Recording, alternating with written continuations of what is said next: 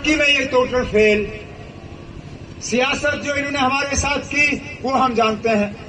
जम्मू कश्मीर के 2 हिस्से हुए, जम्मू कश्मीर को रियासत के दर्जे से निकाल के यूटी का दर्जा दिया।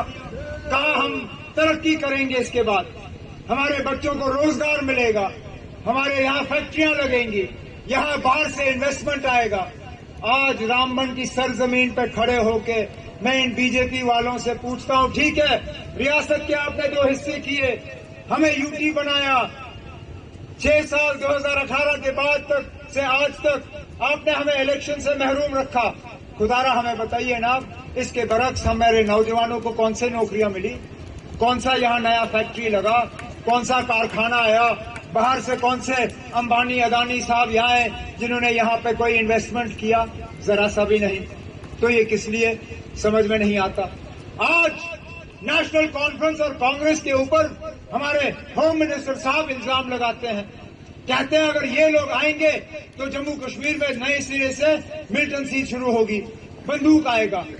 मैं होम मिनिस्टर साहब को याद दिलाना चाहता हूं, वो जरा मुकाबला करें। हमारी जब 2014 में हुकूमत यहां से गई, जम्मू के हालात क्या थे और आज हालात क्या है। हमने पूरे जम्मू क्षेत्र को लगभग पूरी तरह से मिलिटेंसी से मुक्त किया हुआ था। कहीं पे भी आपको बंदूक का असर रसूख देखने को नहीं मिलता था। आज हकीकत यह है कि आप कोई भी इलाका देखिए, चाहे चुनाव की घाटी हो, चाहे पीर पंचाल हो, चाहे रियासी हो, उधमपुर हो, जम्मू हो, सांबा हो, कठुआ हो, कोई भी जिला ले लीजिए, वहां कहीं ना कहीं आपको आतंकवादी हमलों की खबरें जो है आती रहती हैं।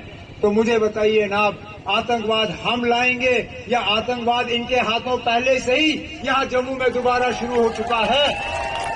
उल्टा अब 8 अक्टूबर के बाद जब यहां नेशनल कॉन्फ्रेंस कांग्रेस की अलायंस गवर्नमेंट होगी, हमें दोबारा जम्मू के हालात संभाल के दोबारा जम्मू को बंदूक से मुक्त करना होगा, जिस तरह हमने 2014 से पहले किया था। आज जिन लोगों के पास और कुछ नहीं है, क्योंकि हमने जब अपना मंशूर पेश किया, शायद ही कोई ऐसा इलाका है, कोई ऐसा तबका है, कोई ऐसी परेशानी है जिसका हमने अपने मंशूर के जरिए जिक्र नहीं किया। तो मैं ये गुजारिश करना चाहूंगा आप सभी लोगों से, 18 तारीख को आपने नेशनल कॉन्फ्रेंस का जो हल है, इंडिया अलायंस का जो निशान है, वो हल है, हल के बटन को आप दबाएंगे और यहां रामबन से एडवोकेट अर्जुन जी को भारी अक्सरियत से आप कामयाब करेंगे। आपने देखा कि हमारा जो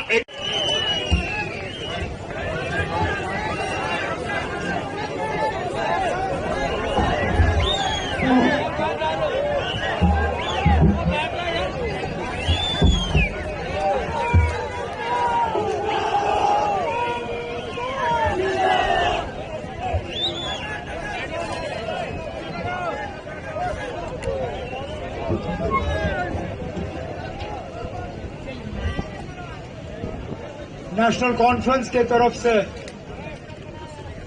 इंडिया ब्लॉक के जो हमारे अलायंस पार्टनर हैं, कांग्रेस, मुश्तरका उम्मीदवार, मेरे नौजवान साथी, आप सबके हरदिल अजीज जनाब अर्जुन सिंह राजू जी, यहां पे स्टेज पे 2 साबका एमएलए बैठे हैं, जनाब अशोक कुमार जी, डॉक्टर चमनलाल जी, यहां पे स्टेज पे नेशनल कॉन्फ्रेंस और कांग्रेस पार्टी के तमाम ओहदेदारान।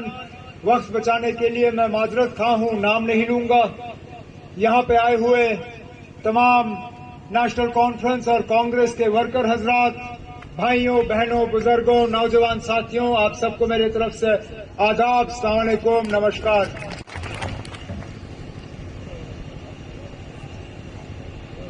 ठीक इसी तरह कोई 3-3.5 महीने पहले मैं इसी इलाके से गुजरा। उस वक्त भी इलेक्शन का ब्यूगल बज चुका था, पार्लियामेंट के इलेक्शन थे, वोट मांगने आया, पानीहाल से शुरू किया, रामसू, रामबन से होते हुए चंद्रकोट, बटोट और आगे निकला। जगह जगह अपने साथियों से मिला, कांग्रेस के वर्करों से मिला और मैंने लोगों से वोट की गुजारिश की। उस वक्त उम्मीदवार कांग्रेस का था, मशीन पे नेशनल कॉन्फ्रेंस का निशान था नहीं। मैंने अपने साथियों को उस वक्त कहा कि जब आप जाओगे पोलिंग बूथ में आप हल का बटन ढूंढोगे, लेकिन हल का बटन आपको दिखेगा नहीं, वहां हाथ का बटन होगा, आप हाथ का बटन को ही हल समझ के उसको कामयाब करिएगा। इस इलेक्शन में हालात बिल्कुल अलग हो गए हैं। इस इलेक्शन में मेरे कांग्रेस के दोस्त जो है पोलिंग बूथ में जाएंगे, वो वहां हाथ का बटन ढूंढेंगे, लेकिन हाथ का बटन उनको मिलेगा नहीं। इस इलेक्शन में मेरी उनसे मोतबाना गुजारिश है कि आप हल के बटन को देख के उसको हाथ का समझ के उसको दबा के जनाब राजू साहब को यहां से कामयाब करके भेज दें। हम दोनों एक साथ आए यहां जम्मू कश्मीर को बचाने के लिए, जम्मू कश्मीर को इस मुश्किलात से निकालने के लिए। ये सही है कि 90 सीटों में से 90 के 90 पे हम फैसला कर नहीं सके। 4-5 ऐसी सीटें हैं जहां पे हमने दोस्ताना लड़ाई लड़ने की बात की। एक हमारा साथी ऐसा है जो दोस्ताना भूल गए और सिर्फ लड़ाई में उतर आए, लेकिन कोई बात नहीं, हो जाता है कभी कभार। लेकिन आमतौर पर अगर आप देखें जम्मू कश्मीर में हर जगह नेशनल कॉन्फ्रेंस और कांग्रेस के वर्कर, अहदेदारान, दिल्ली से आए हुए लीडर, तमाम जो है आज इस अलायंस की कामयाबी पे जमीनी सतह पे काम करके एक दूसरे के उम्मीदवारों को कामयाब करने पे लगे हुए हैं। यहां स्टेज पे कई सारे दावेदार हैं जो इस इलेक्शन से पहले मैंडेट हासिल करने की बात कर रहे थे, शायद एक तरफ से हक भी रखते थे, दावे भी किए, लेकिन मैं इन सबको दिल की गहराइयों से शुक्रिया और मुबारक करना चाहता हूं। जिस तरह आज सब एकजुट होके, चाहे वो नेशनल कॉन्फ्रेंस के मेरे साथी हों जो दाएं बाएं मेरे खड़े हैं, चाहे कांग्रेस के हमारे साथी हैं जो यहां बैठे हैं, जैसे ही अर्जुन सिंह राजू जी के हक में अलायंस के मैंडेट का ऐलान हुआ, ये सब एक स्टेज पे आ गए और अर्जुन की कामयाबी के लिए इन्होंने मेहनत करना शुरू किया।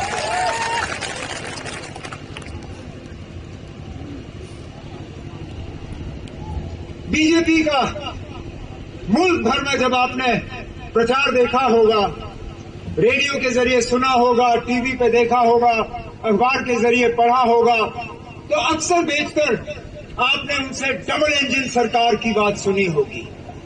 वो कहते हैं कि डबल इंजन को जी वोट दो तो दुगना जो है आपकी तरक्की होगी। कहते ठीक है ना, क्योंकि अगर रेलगाड़ी पे सिंगल इंजन हो तो रफ्तार कम होती है, रेलगाड़ी पे डबल इंजन लगाओ तो रफ्तार थोड़ी बढ़ जाती है। लेकिन मैं मजबूर होता हूं पूछने पे अपने बीजेपी के साथियों को कि हमने तो पिछले 10 साल से जम्मू कश्मीर में आपकी डबल इंजन सरकार देखी। 2015 में अल्लाह मगफिरत करें, पहले आपने मुफ्ती मोहम्मद सैयद साहब और बीजेपी दोनों मिलकर हुकूमत करने लग गए। उसके बाद महबूबा मुफ्ती साहिबा और बीजेपी मिलकर हुकूमत की। 18 के बाद राजभवन में उनका नुमाइंदा आया, चाहे वो सत्यपाल मलिक की सूरत में हो, चाहे मुर्मू की सूरत में हो, चाहे अभी हमारे मनोज सिन्हा साहब की सूरत में हो, भेजे तो दिल्ली ने। कहने का मतलब ये है कि अब 10 साल हो गए हमें यहाँ जम्मू कश्मीर में बीजेपी की डबल इंजन सरकार देखते हुए। खुदा ना मुझे बताइए ना, दुगनी तरक्की तो छोड़िए, कहीं पर तरक्की ही दिखाएं तो मैं कहूंगा ना भाई इस डबल इंजन सरकार का हमें कहीं फायदा हुआ है।